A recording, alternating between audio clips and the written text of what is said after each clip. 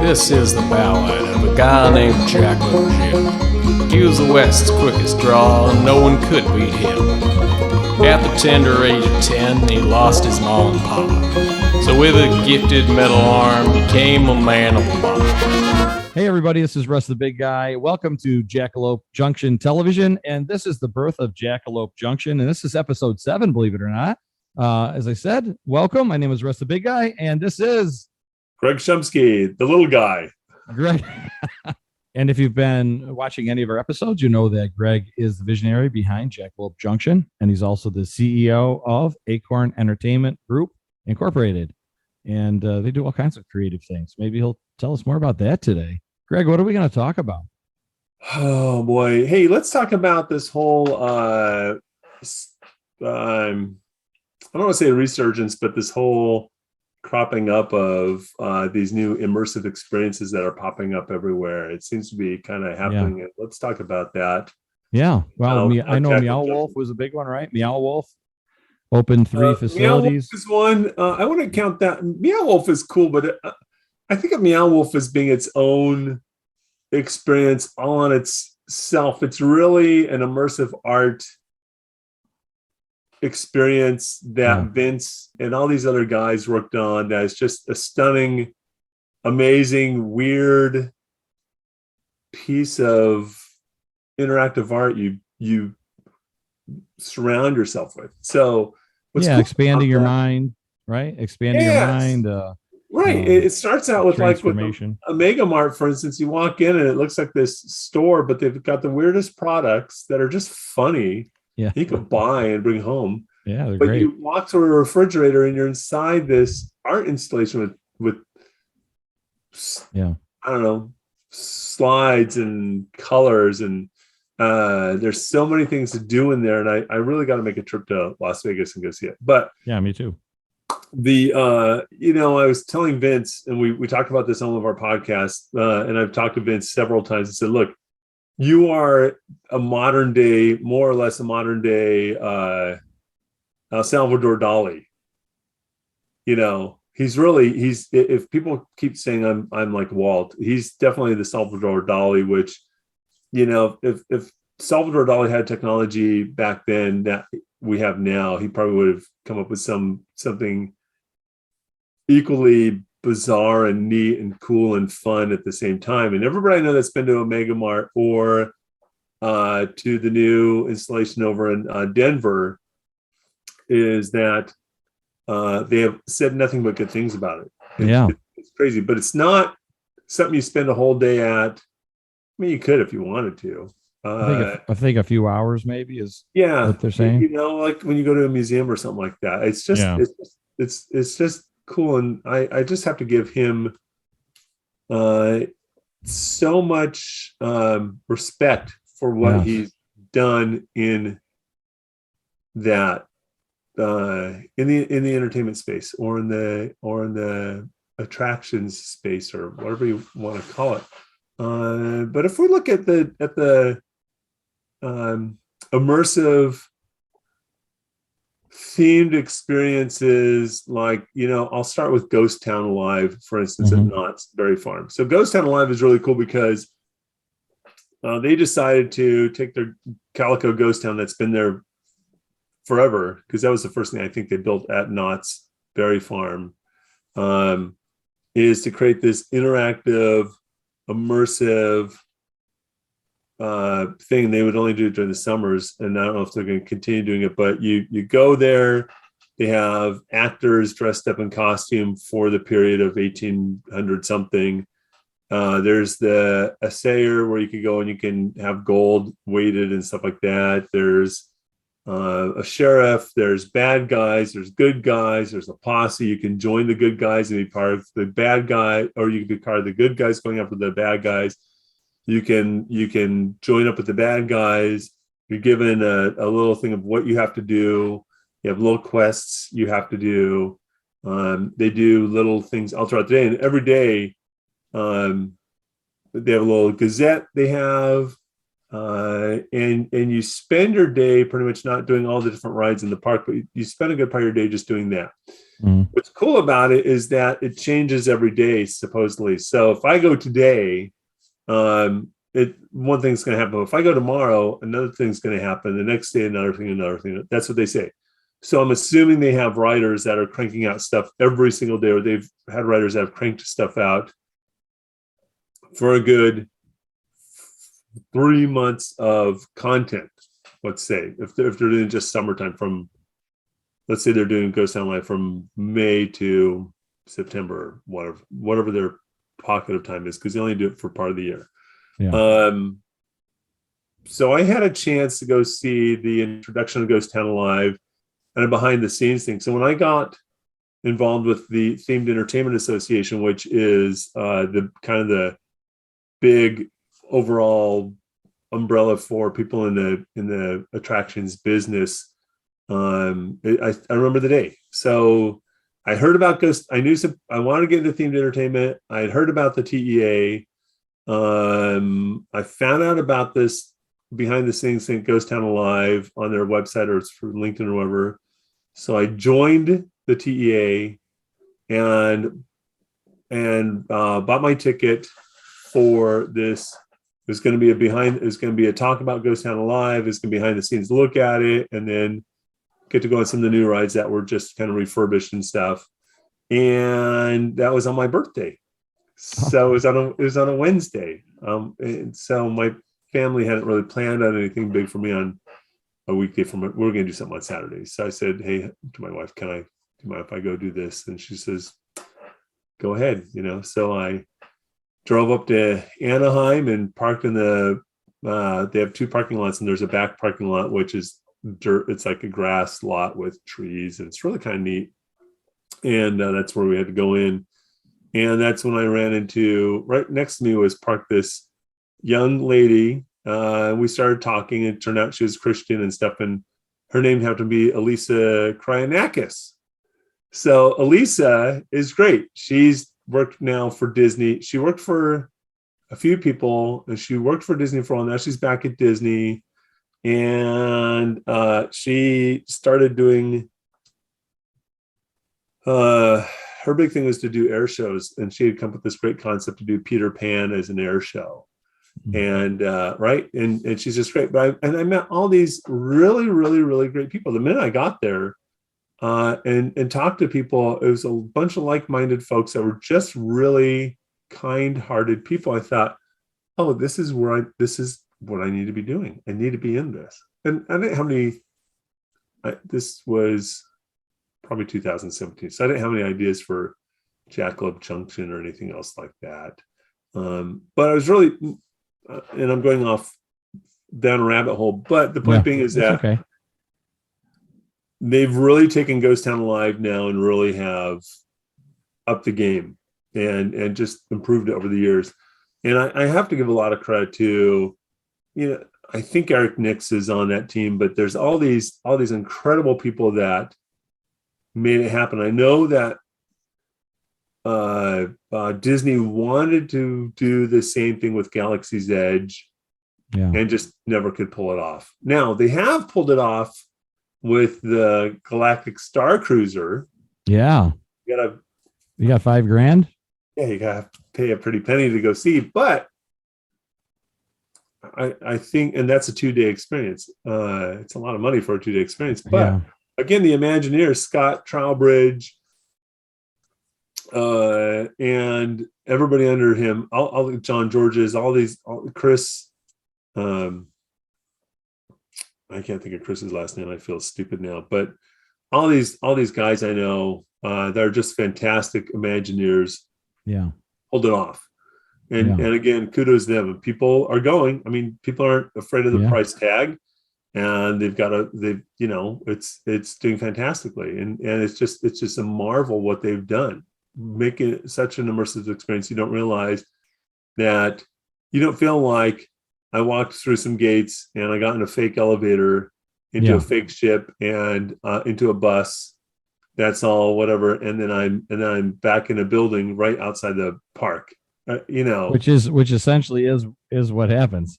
Yeah, right. You don't feel like, you're now in the Star Cruiser up in space, looking down on Earth or whatever. Yeah. Because you can see it. You don't feel like I'm in another building, a show building, which it is, but it's so well done that people disconnect from the reality of it and go, oh, I'm actually here.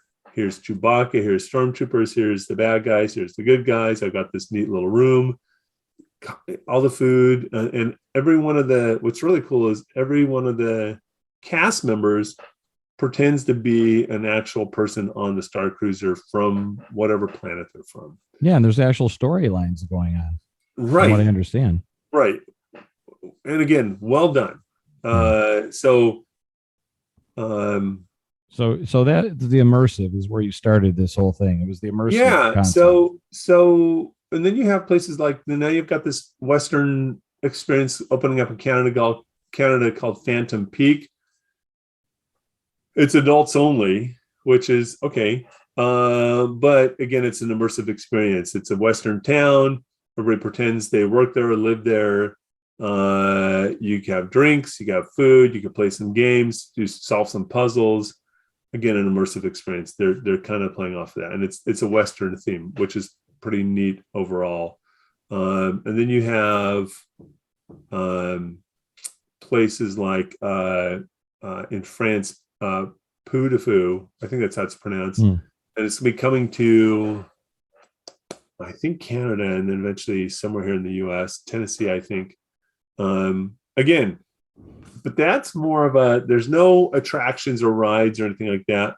It's you're walking into a French town during a certain point of history, and you're enjoying the food and you're watching shows and other events, and I go for 2 or 3 or 4 hours maybe or something like that. But again, it's an immersive thing to make you feel like you've stepped into old world France during the Revolution, I believe, or somewhere around that time.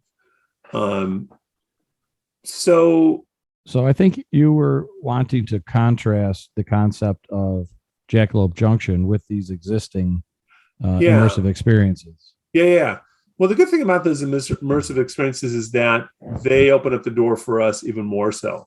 When I had the idea for Jackalope Junction a couple years ago, it originally was just, I'm going to take an abandoned amusement park, rebuild it as a little Western town, throw in some cheap carnival rides that cost you $3, and have a silly mine cave walkthrough with a shed and glowing gems and stuff. And that changed to something a little more immersive, and then more immersive and more immersive and more immersive. And pretty soon these characters starting to be developed. Jackalope Jim just wasn't a figurehead.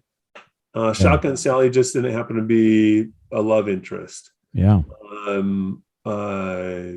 Paula Pig didn't have to be just the owner of the quick serve picnic place because it was a cute name. Senior Mole just didn't turn out to be the guy that owned a barrel-shaped taco shop, and so on and so forth. And all these characters developed. And so what happened was I think was God inspired. I know it was God inspired. And natural progression is that as time has moved on, we haven't, and because we didn't open up the park 2 years or whatever year ago, or a year ago, whatever, at Marshall Scotty's or or whatever, and it's grown to a point. It's changed from being a thing you go to and you pay so much to go and you just have a great time to becoming a story, and going from a theme park to a story park, and from this is a neat little Western town like Calico or something, to this is an actual Western town, but it's not your normal Western town. There's the whole science fiction fantasy portion of it. There's the whole story to it. There's the story of the characters. And so it grew from that to, okay, we need to write stories that can be books, because now we're coming up with bringing back wholesome entertainment that's been missing for a while. Even I would argue that Disney doesn't do wholesome entertainment so much anymore. There's some good shows that they do, but I would look at that we're doing wholesome entertainment. We're bringing back values that have gone missing that aren't discussed in the homes. How do we supplement that? How do we reach children and teenagers and adults? And so all these different characters were created not purposely created. I mean, like Mom and Pa Gertie, who run the general store, I got their name from Grundy's general store from So Dear to My Heart, because Tom Morris said, hey, watch the movie So Dear to My Heart. And I got Grundy's, and I accidentally called it Gertie's, and that stuck, right? So they were just going to be this funny animatronic couple on the back porch of the thing. As the train goes by, you see Pa playing the violin. It's horrible. And Ma whittling as she's making toys. And there's this big pile of shavings around Pa because he just sounds terrible. So those, the story came along of it being, well, what was Jackalope Junction beforehand? Well, okay, so it's a mining town. Well, why did it become a ghost town? We talk about that. Why? What happened? And then so this whole idea of, well, we need to come up with somebody said, we should Josh Combs and I'm drawing blanks. Anyway, these two guys said we need to do something for Halloween. It'd be cool to do a Halloween thing. And I said, okay, Halloween's great. I don't want to make it scary. I want to make it spooky. I want to make it fun. I want to make it so little kids are just a little bit scared. The parents can laugh at it. It's not demonic like the current trend. It's just fun. It's like Halloween when we were kids. That's been missing too. It's like we've gone to the gore, slashing, horrific sort of stuff with all the fright nights and the haunted houses and all that, and the scare trails and stuff. And it's just back to 18 whatever, and I can enjoy the park for what it is. I can have some good food. I can see some entertainment. I can just have a blast with my family, or on a date night with my wife, or a guy with his girlfriend, or whatever. And I don't know. I've never read the books. I've heard of the TV show, but I've never seen it. I've heard of the books, but I still get it. If I walk around, here's a tribute to the 13 miners. Oh, somebody goes, what's the 13 miners? And a townsfolk person might be walking by it. Well, back in the day in 1885, we had a massive cave-in. We were a mining town, mining all these beautiful gems, and the town founders just got a little too greedy and and kaboom, there's this cave-in, and we lost 11 miners and 2 children. And it was a sad day for all of us, but we've learned to move on, and we pay tribute to them and blah, blah, blah. Oh, wow, that's interesting. And then so you're at the restaurant, and the waitress comes up and helps you, and she goes, hey, you should go check out the mine cave so you can learn more about what happened. It's a quick little tour of the mine cave so you can see what we were doing. And oh, okay, we'll go to the mine caves, and people are prompted to do stuff, and they have discovered. We're going to think about it like a story. The town is chapter 1, the county fair is chapter 2, and the backcountry with everything is chapter 3. And you got your beginning, middle, and end. I've heard about it. I've gone to Professor Ping's Mystery Pagoda. Now I understand what's going on. I get it. This is really weird. And now I get why maybe the town turns into ghost town at night. And what's the beauty is as we add more attractions throughout the years, we've already planned it out. I've got 8 or 9 different characters I've already created with a lot of depth to them and their whole backstory. So when we start adding a new attraction to the park, in the stories in the TV show, well, so-and-so moves into town and shows up and starts building it. Well, then we go to the park. Holy cow, this is actually happening. This is being built. Yeah. Right? It's not like, oh, pardon our dust. It's like Baron von Zumsky shows up. And in the stories in the TV show, he his character develops and things start happening, and you go to the park.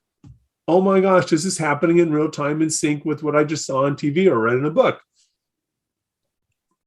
Everything has to have the story. So these guys, all these other places are doing these really fantastic immersive experiences. And I talked about this in a previous podcast, I think episode 2 or something. I don't want people to ever assume that when they come to the park one day and then they come again to our town one day and they come to the town another time, it's going to be pretty darn close to what they had before. There's going to be random stuff happening. It's going to be incredibly immersive to the point of, because I don't think everybody else does a book series or a TV series to go along with it, that when you go in, you will forget for that moment that you are still in wherever it is that we've landed. There's so much uniqueness that we want to do that's never been done before, and I'm not going to talk about it because the stuff I've talked about is a little beyond what people are already used to, because I want people to get excited about it. Yeah. At the same time, there's things we have to keep under my hat. It's like the automobile industry. Even if you notice the electric cars, they're still doing it. The automobiles still look like the old automobiles. They haven't gone so far that people are reluctant to buy them. Not yet anyways. But there's always, but it's just that baby step or 2 baby steps a little bit farther. Electric vehicles don't need a hood. They don't need the front. They don't need a front. They just or a grill. They motor out and added an extra trunk. But people are kind of used to seeing that shape, right? Jackalope Junction is, I'm excited for these other immersive experiences coming up because people will get a taste of where they'll get used to it. And then when we open our doors down the road, people will go, okay, I'm used to the immersive experience. But when they come in, like Evermore, I'm used to the immersive experience. But when they come in, I promise you, they will be blown away because we are not doing what everyone else is doing. Yes, it's immersive. Yes. Yeah. It's like, if I could time travel and walk into Virginia City in 1885 or 1895 at the turn of the century, that's the best example. And they happen to have a county fair. That's the best example I can give. That's how it's going to feel. Will it be dirty? Yeah, a little bit. There's going to be some grunge. There's not going to be things will be painted, but we're going to have paint chipping. We're going to have weathering. We're going to have everything that makes it feel like, we're going to put a lot of time in. If you look at Galaxy's Edge, that's really cool because there's blaster holes in the walls. Yeah. And there's scoring marks from blasters. And it's Galaxy's Edge is grungy. If you go to, I think the other thing that was grungy that I really appreciated a lot was Joe Rohde's work that they did on Animal Kingdom, the Africa section. That's just grungy and cool. Well, you had mentioned that one of the other episodes. Yeah. I mean, I had to go look at that when I was in Florida last year for IAPA. I had to go see at least Florida, the Africa, and go, oh, I see what he's done here. Yeah. And you gotta make it feel like when you're putting someone into a thing, you don't want to have any shiny pennies that pull people out of that. That's something I always appreciated, places that did that. And it's so disappointing when there's something that's fake and it's just obvious, because it just ruins the whole experience. Really, it's like, oh yeah, that's right. This isn't real. It's going to be a trick to be able to balance the efficiency and the modern necessity of things like even like a cash register. You've got to have your point of sale computerized. I mean, the days of having a mechanical register and counting out your paper money are pretty much gone.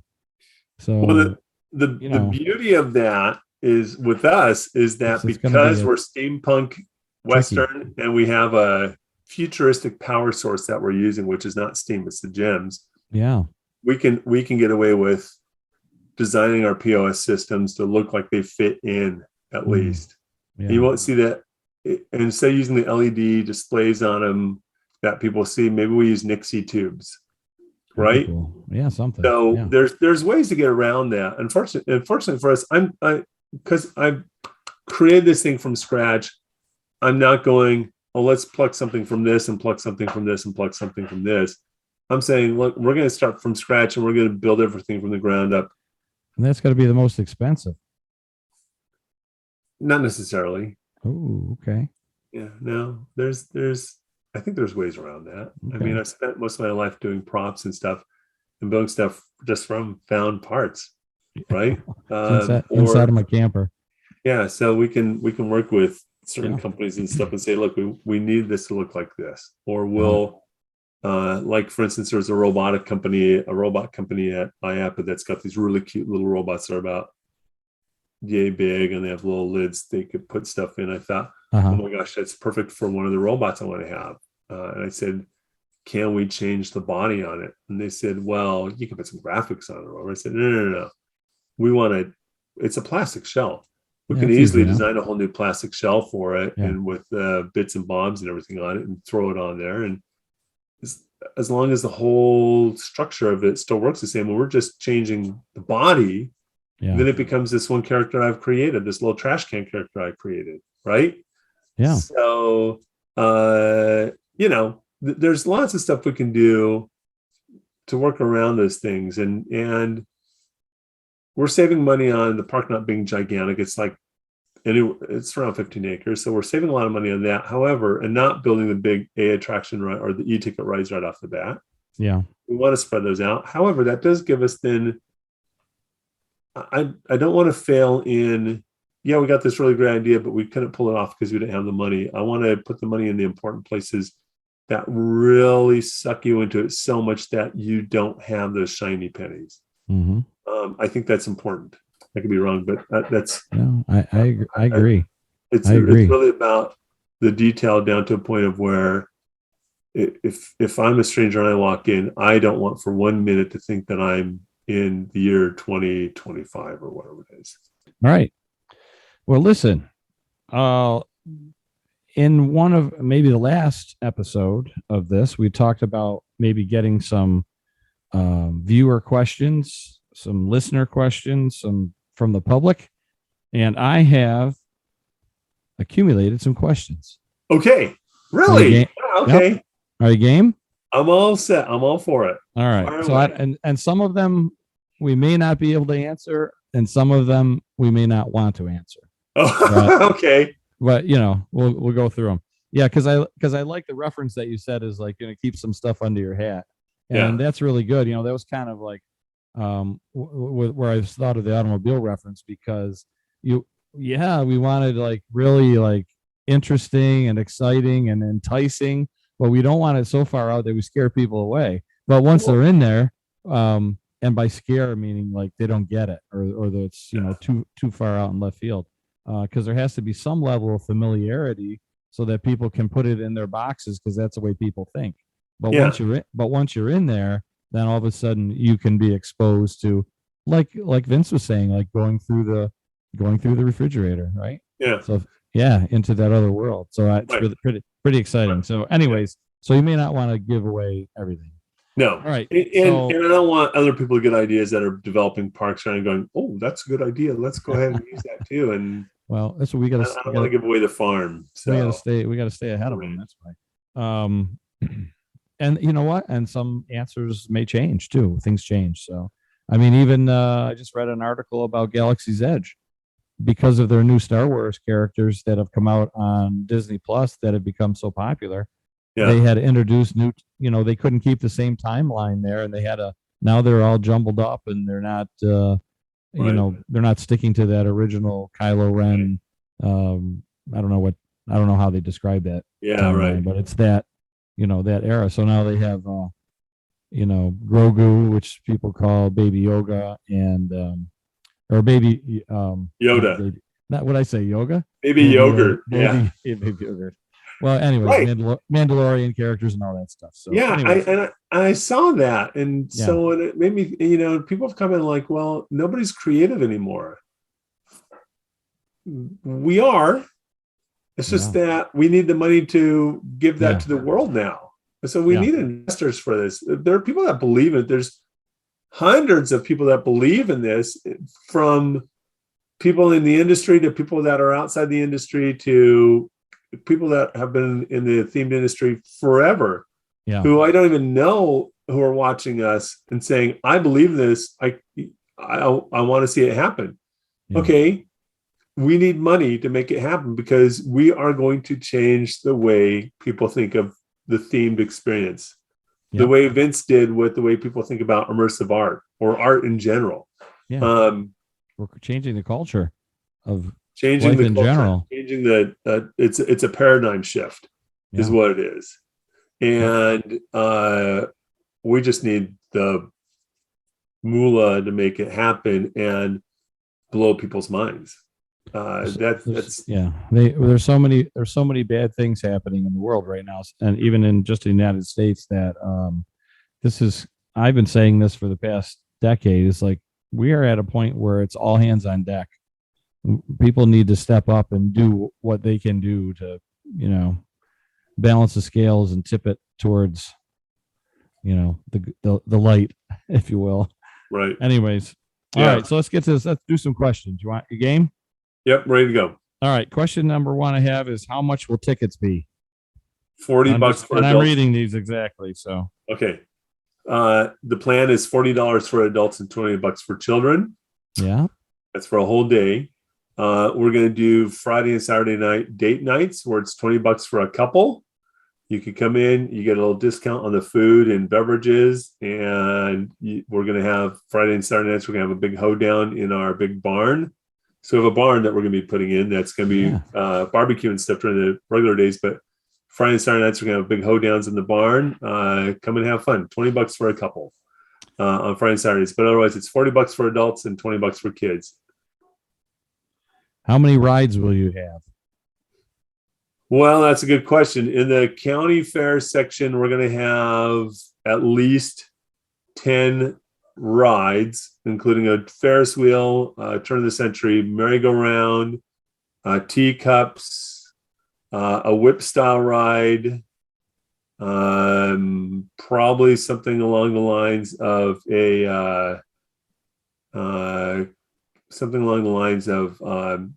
Mater's Junkyard Jamboree, and a few other rides I haven't really planned on a swing, obviously, turn of the century type of swing ride, and a few other things. So that's the county fair.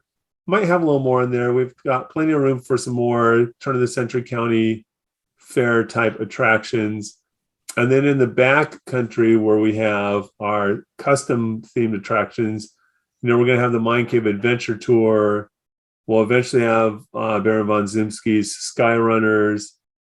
We're going to have a flume ride eventually.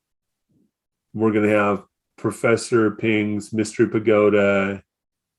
And then we'll see. There's quite a few others that we're kind of it depends on how the story goes and who I come up with. But enough to keep you to have fun. Is there handicap accessibility? Yes, of course there will be. Okay. You got to have that. How much money does it?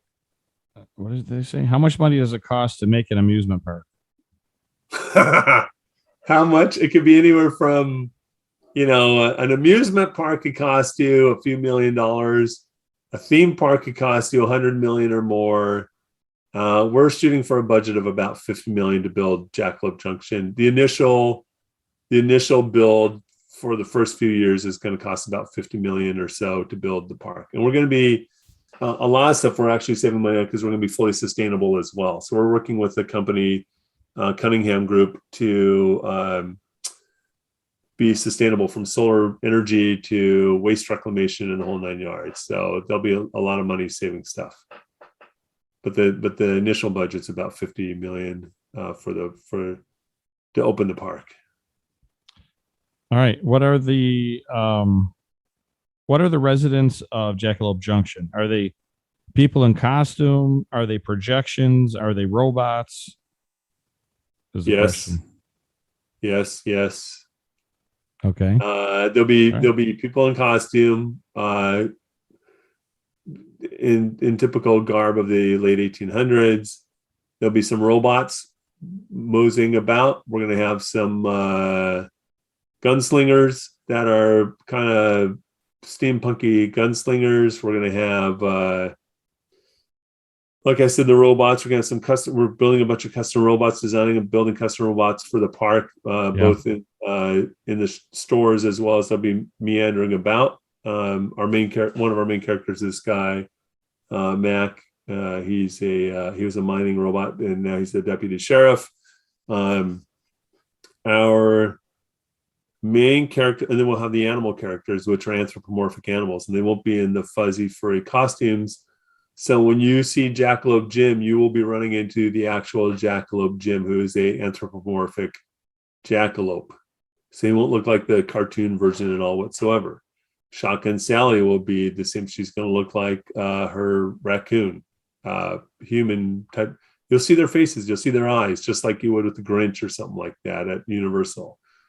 Cedar Mole obviously is going to be more rotund, being a mole, but it's going to be face characters as the animals. I want it to feel realistic when people walk in. When we're going to do a TV show, I want people to have that realism as much as possible.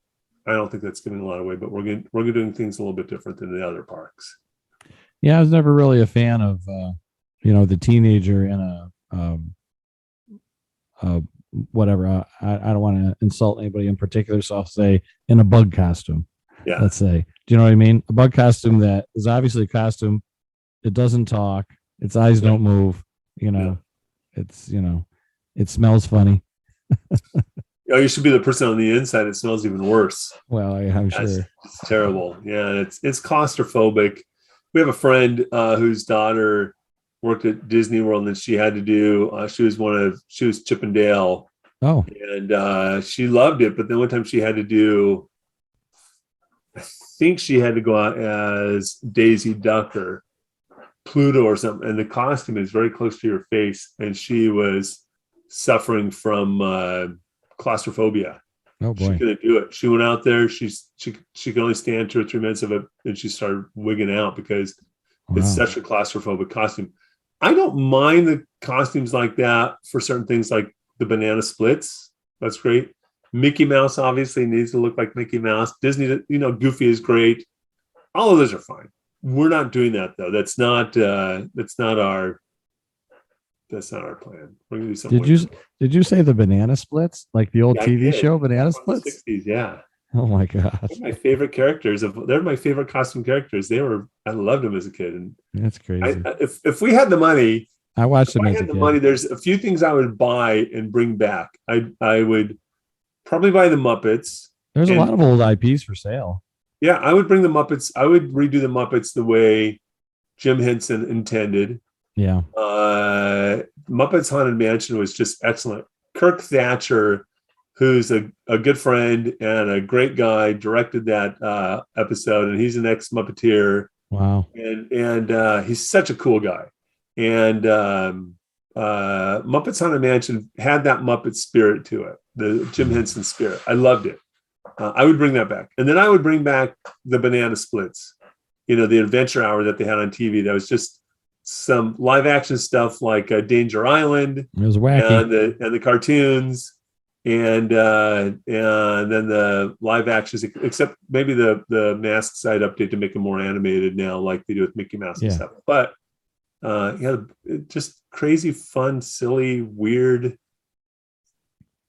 psycho-visual, fun stuff that kids could just laugh at, and I want to be a banana split someday. Anyway, I think you're too tall. You could be two. You could be two of them. One standing on the shoulders of the other. Tripper was kind of tall. So anyway. All right. What age groups is the park for? What age groups is the park Oh, for? 2 years old to 200 years old. Being a parent of once upon a time young kids, I Uh-huh.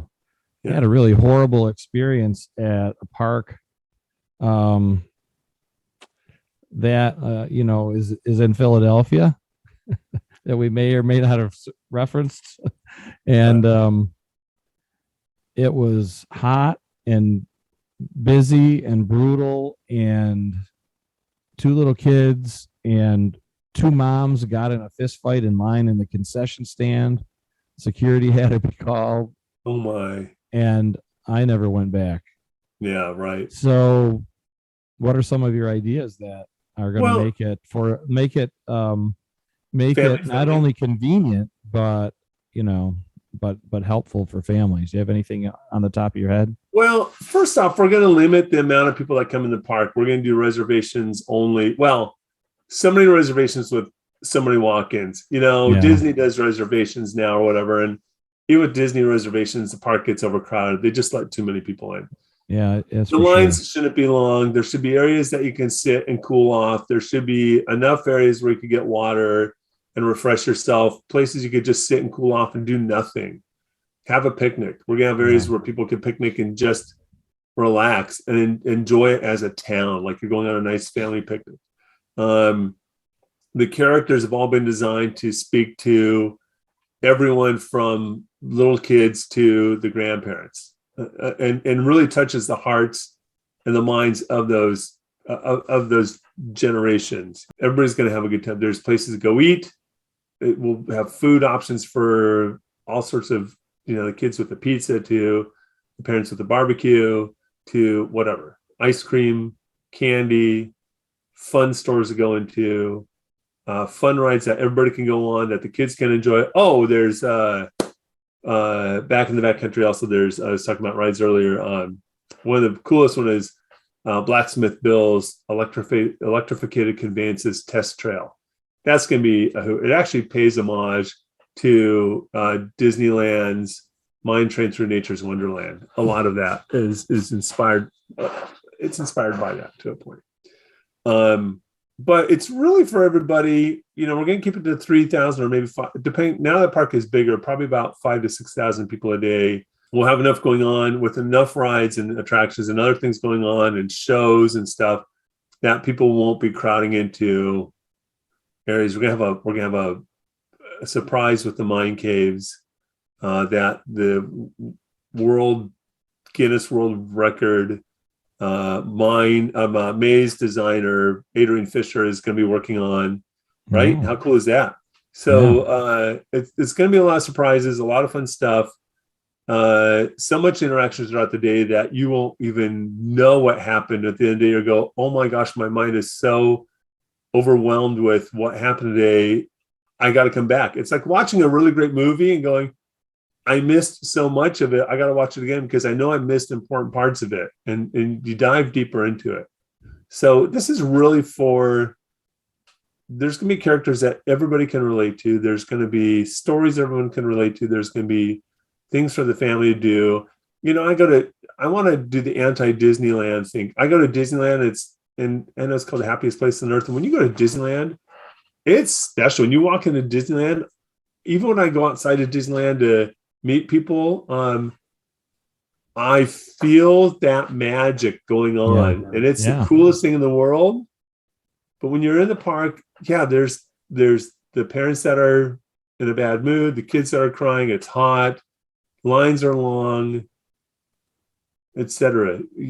I'll tell you, if Disney offered to buy Jackalope Junction, I'd say, look, I'll say Jackalope Junction, make me the CEO and president for the next 15 to 20 years. oh, gee. And I'll give you Jackalope Junction and you make me the CEO, and then we'll turn things around at Disney and bring back the Walt days. So who knows? But nevertheless, that's just talk. But Jackalope Junction is going to be that kind of place where everybody can enjoy it. And man, I want it to be as stress-free as possible. Well, that's one of the things that I find objectionable at the big theme parks is it costs, you spend so much money throughout the day. If you add up your admission and the high price of food and overpriced merch. I'm a cheapskate. I bought my Disney hat at Target before I went, and I wore it, and I was the only one with that kind of Disney hat on. It was licensed merchandise, so but it cost like a third of the price of the hat there. Yeah. But anyways, so this is my personal experience, and I love Disney World, but I feel pressure. I feel stress when I'm there because I feel like I need to get my money's worth, and I need to hit, as many shows as possible, and I need to get on as many lines as possible or as many rides without standing in any longer line than necessary. The Fast Pass was a great idea, and I always used that, helped a lot. You got rid of that. But I just, oh my God, that's how they increased their profits tremendously without putting in another iron ride. So I think it was brilliant. But I almost want to call ahead and rent a scooter so that I don't have to walk, and so that I can get to places quicker, and they'll let me in the front of the lines. It sort of takes the fun out of it when there's too much pressure, too many people, lines are too long, and the pennies but the dollars are flying out of my pocket. And I'm just me personally, I would love an experience like we're talking about. I would really love it, and I would be happy to go back again and again. I'd love to go to Disney World more often than I do. I don't live nearby. It's a flight or a long drive, a day's drive, and that means there's hotels, and that means there's travel and gas prices, and it becomes a big, huge ordeal. And to be able to go through the ordeal to get to an experience that's going to stress me out and break the bank, then all of a sudden it's like, well, why even bother? Right. What do we want people to do? We'll go back and watch the rest of the episodes of Jackalope Junction Television, The Birth of Jackalope Junction. This is episode 7. So there's those I'm going to do a double aught, as Grandpa used to say, a double aught episode with a bunch of maybe some I don't know, some goof ups and cutouts and whatever you call them. All right, that'd be fun. And check out the website at jackalopejunction.park.com, and follow us on Instagram on Jackalope Junction, and help us get this thing built. Who's the ideal investor? Is it somebody who just wants the ideal investor? Is it somebody who just wants what they want, their return quickly, or is it somebody who's willing to let their money ride for a bigger return later, or is it that person that really gets the mission and really wants to support it that way? Who's the ideal? Is it a combination? Yes, it's a combination. So we're going to build outside of the park an event center, about 5 to 10 acre event center that will have smaller bungalows. So we could do corporate events, we could do weddings, we could do car shows, all sorts of stuff that are automatic money generators. That's easy money. So the park will start making money on day one, because if we release our TV show a year or two ahead of time, we've already started to get into the hearts and minds of our potential guests. It's going to be in an area where there's over 9 million people that come every year for other attractions and stuff. So the return is not really going to be a problem at all. Eventually, we're going to add a shopping district and stuff like that as well. There's so much potential with this, but having the investors that understand what's about, that go, oh, this is not a theme park. I get what you're doing, and I want to help change the world. Yeah, there's people like that out there with money. We just have to find them at this point. Yeah. So. Well, they've been sitting on their yachts not doing anything for the past 2 years. So yeah, I know. Get off your yacht and come back into port and let's talk. Try not to catch COVID. All right. Thanks, Greg. That's the end of our episode, and we're out. Thanks. We're just